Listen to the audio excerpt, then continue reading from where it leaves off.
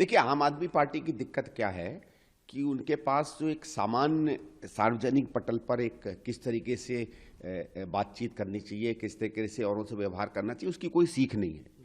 और ये इनका पुराना रहा है, क्योंकि हम तो इस बात को सस्पेक्ट करते हैं कि अभी तक दिक्कत क्या थी ना, पिछले 7-8 साल में तो वो भारतीय जनता पार्टी की बी टीम की तरह काम कर रहे थे। अब हो सकता है उनको लग रहा हो कि भारतीय जनता पार्टी को उनकी ज़रूरत नहीं है, इसलिए वो इंडिया अलायंस की तरफ देख रहे हैं। और ठीक है, इंडिया अलायंस के कुछ लोगों ने कहा कि भाई इनको भी इंक्लूड कर लीजिए, भले ही छोटी पार्टी हो, एक आध राज्य में हो, लेकिन इनको इंक्लूड करने की एक बात चल रही है। अब ये इस बात को मुझे नहीं लगता हजम कर पाते हैं, तो इसलिए दिक्कत होती है, क्योंकि इनको जो बड़े गठबंधन में आने की जो एक तौर तरीके होते हैं, उसका एक कल्चर होता है, उसकी इनको समझ नहीं है।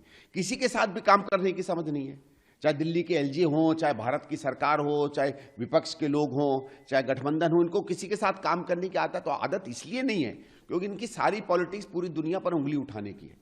ठीक है, अब ये इस बात को नहीं समझते हैं। जब इन्होंने कहा, स्वाभाविक है जब ये कहेंगे कि एक थी कांग्रेस, तो कांग्रेस की तरफ से कोई ना कोई प्रतिक्रिया तो आएगी। लेकिन एक बात ये नहीं समझने कि आने वाले समय में माताएं ये भी कहेंगी कि एक पार्टी थी जो आजकल तिहाड़ में मिलती है। ये बता दे कौन सी ऐसी पार्टी है जिसका 40% नेतृत्व जेल में हो और बाकी जाने को तैयार बैठा हो।